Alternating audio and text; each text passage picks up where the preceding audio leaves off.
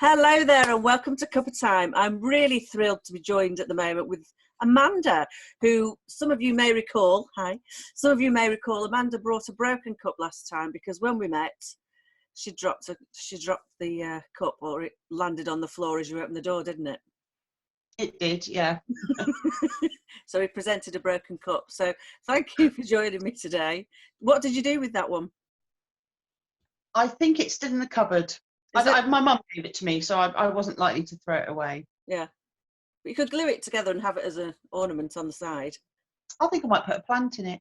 Yeah. Yeah. There's that Chinese thought, isn't it, is that when you put something together, it just shows you that it's been through a journey. Yes.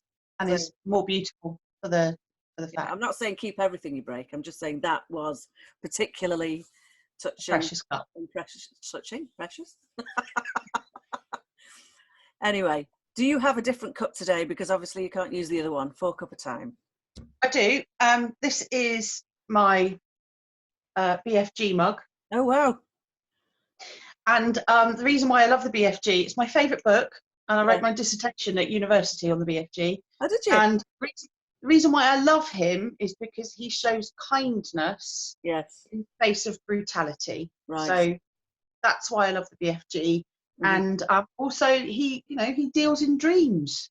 So what more can I say, really? Yes, my favourite character, and I use this every morning, my coffee every morning. I've never actually read it. Oh, please read it. Okay. Oh, please read it. I'll read it. It's delightful. It's uplifting. It's really funny. I'll read it. Yeah. Especially the bit about whiz popping in front of the Queen. Okay. All right. Next time I see you, I'll have read it. Or have you got a copy I can borrow? Yes, I do. Right, we'll do that then. We'll do that. Yeah. Anyway, going slightly off track, I wanted to ask you, what is it that you're doing day to day that keeps you uplifted at the moment? It's got to be growing things. My plot, my allotment, the fact that I've moved to a bigger house, I've got a bigger garden now, so a lot of my plants are going out in the garden as well. So I did lots of planting of seeds yesterday. I've got loads of seedlings coming up. I have 40 chili plants that I need to either give away or grow or something, but they've all come up. So yes, it's getting back to the earth and growing food. Yeah. And in terms of your business, I know that you go to networking meetings, so some of them are being held online. How are you managing with your business and the work that you do? Lots and lots of business meetings online now. I was sitting here thinking I've probably had more contact with people since this has all happened. I did beforehand, because I would just sit at home and spend so much of my time writing, but now my time at home is actually spent with other people. So yeah, there is usually somebody, I'm talking to somebody, generally speaking, every day now. So probably more active, probably socially, than I was before. Yeah. I don't know what that says about me. And the clients that you're working with, have some of them let you go, or have you managed to work in a different way with them, or do they want different things than before? Yeah, I mean, everybody's working digitally online now, and I think the important thing is keeping a presence online, but also kind of highlighting your uniqueness, your niche. And when you've only got an online presence to support you, then your online presence has to be really, really sharp, and it really has to be you. It has to really reflect you. So the clients I'm working with have been sitting, and we've been working out why they're unique and how to express it. And we get some fantastic results, and people are feeling really quite energized now to either work on their website or their social media, try new social media, perhaps try new techniques. So really kind of positive atmosphere to work in. I've just thought as well, we might be talking about your business because we know what it is, but other people won't know what you do. So for the purpose of other people that might be watching, could you tell me a little bit about what did you do in a few words, but not as a salesy thing? Okay, no, I'm a copywriter, so I write for people's websites and their social media and printed media and that sort of thing. But I've just launched a business as a writing coach as well. So I found a lot of small business owners don't always have enough money to employ a copywriter, but they might be able to afford somebody to coach them to write, so they can go and write for themselves. And I've had a lovely response. Yeah, Really you're a good. bit of a word wizard, I know, because I've worked with you. But because I've not asked you ever this question, what got you into that type of work rather than doing something else?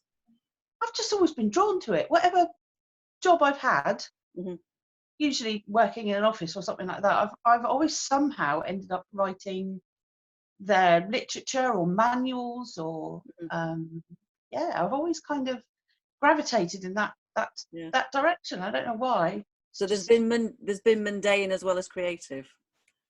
Oh, good grief! Oh yes, I mean I've written about coffee machines. Yes. Oh, good grief! Some of it's been amazing, wildly amazing and creative, about the outside world and travel and lifestyle, and some of it's been incredible. Some of it, like the 116 item bag catalogue that I wrote a few years ago, and I got to item 108, and I opened the file, and my next item was a grey bag. and we were like, what do you write about a grey bag? So yes, anyway, so I've done some amazing work, and I've also done some incredibly humdrum as well. So you're mentioning about travel there, and I know that recently we were talking about your grandfather, because you had some of his books from your old house and you brought them to where you are now. Have you had any thoughts about him at the moment?